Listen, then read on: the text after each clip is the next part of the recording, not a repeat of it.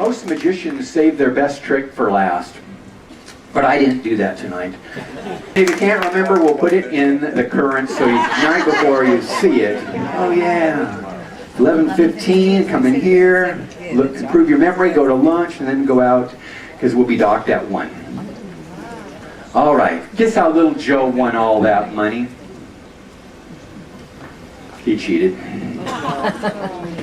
He cheated. Little Joe was more than a bellhop. That was just his cover. He was a card mechanic, a card technician, a sleight of hand artist. He could actually, he actually taught me how to control cards. He said, Greg, when you play cards, you don't have to be able to control an entire deck. All you have to do, actually be able to do is control 1 or 2 cards. And if you control 1 or 2 cards, or even 3 or 4, you're going to have a huge advantage in playing cards. If you get 4 aces every time, but you just obviously you can't magically produce them. That's a magic trick. You would never do that in a gambling game. So how would you use sleight of hand techniques to win? Well, I'm going to show you several ways right now. Right now, I'm going to take the aces. I'm going to place them on the bottom of the deck. Now, remember earlier when I said I control cards by shuffling? I'm going to do that right now.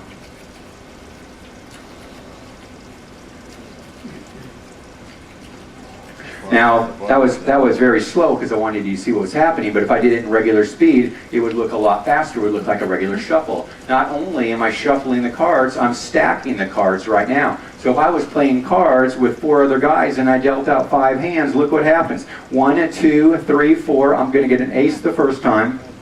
I'm going to get an ace the second time. I'm going to get an ace the third time. And I'm going to get an ace the 4th time. And guess what? I win. Exactly. But what if someone wanted to cut the cards after stacking? That would nullify the stack. That won't work. So you have to use a different technique. That different technique I will show you right now. Instead of shuffling the cards, the aces in, let's say I was dealing, I would pick up the aces last. I would keep them palmed here. And then I would shuffle the cards after, I might keep them palmed on the bottom. After shuffling the cards, I would palm them here. This is called a gambler's cop, where you can just hold your hand here, no one can see them. You have the deck cut.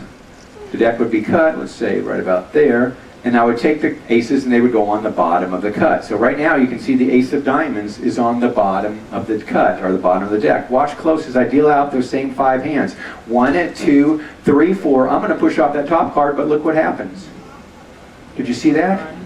The ace of spades is on the bottom, but watch close. 1, 2, 3, 4. I'm pushing off the top, but that's called bottom dealing. Watch, I'll do that again. 1, 2, 3, 4. Now there's a 6 of spades on the top, but it's going to be an ace of clubs when I deal it. Watch, I'll do that again. The ace of hearts on the bottom, and that's called bottom dealing. Thank you. Now, whenever you play cards with someone, make sure there's only 4 aces in the deck, obviously. Make sure that the cards are completely shuffled. As you can see, I've been shuffling these cards the entire night. They are completely shuffled right now.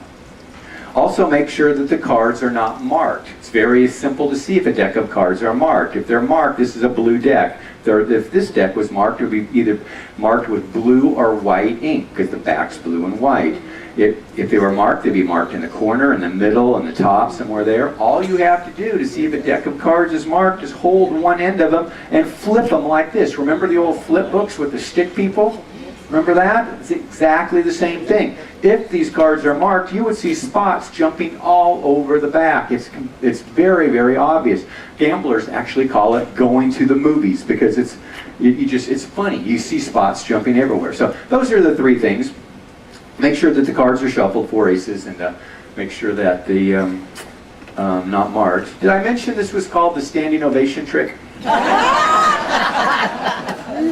You'll see why in a minute. You'll see why in a minute. But before I show you why, I'm going to show you a couple other techniques that only a handful of people in the world can do. And the ones that could do this would never show you they could do it. They're just going to take your money. Now, I just took those 4 aces, as you can see, and put them in 4 different parts of the deck. I'm going to go ahead and square those up into the deck. I'm now going to do what's called a center deal. I will deal those aces right out of the center on the 5th deal. Watch close. 1, 2, 3, 4. I'm going to reach right in the center and take out an ace.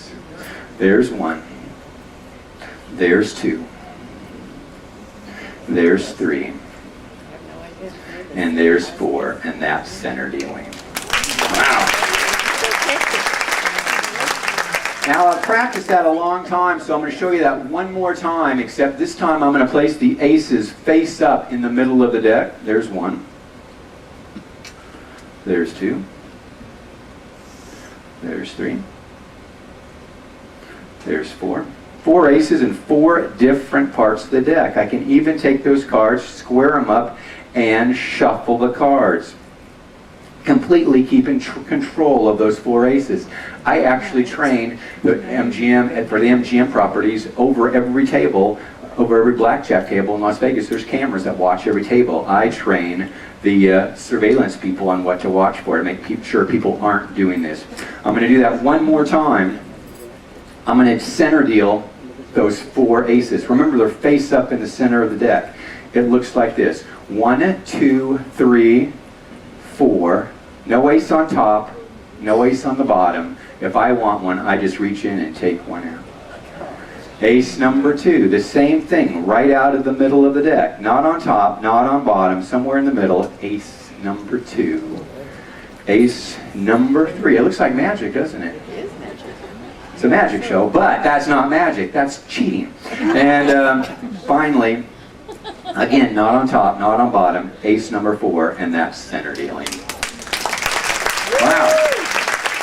Now, if I kept getting the aces every single time, you're not going to play cards with me for very long, are you? So let's say I knew where the ace of clubs was, and I wanted to deal myself the 2 of clubs. How would I do that?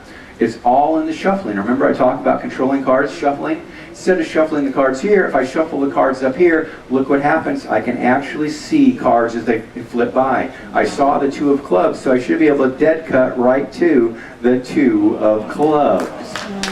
Thank you. Not only did I dead cut to the 2 of clubs, but I also stacked the 3, the 4, and the 5 right behind it. So guess what? I win. Exactly. But what if I wasn't playing poker? What if I was playing gin rummy? How about a 6, 7, 8, 9, 10? Isn't that gin?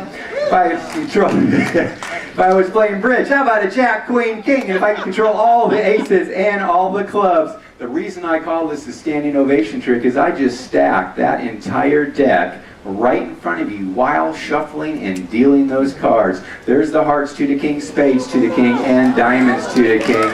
That's my show. Thank you very much. Ladies and gentlemen, the amazing Greg Gleason.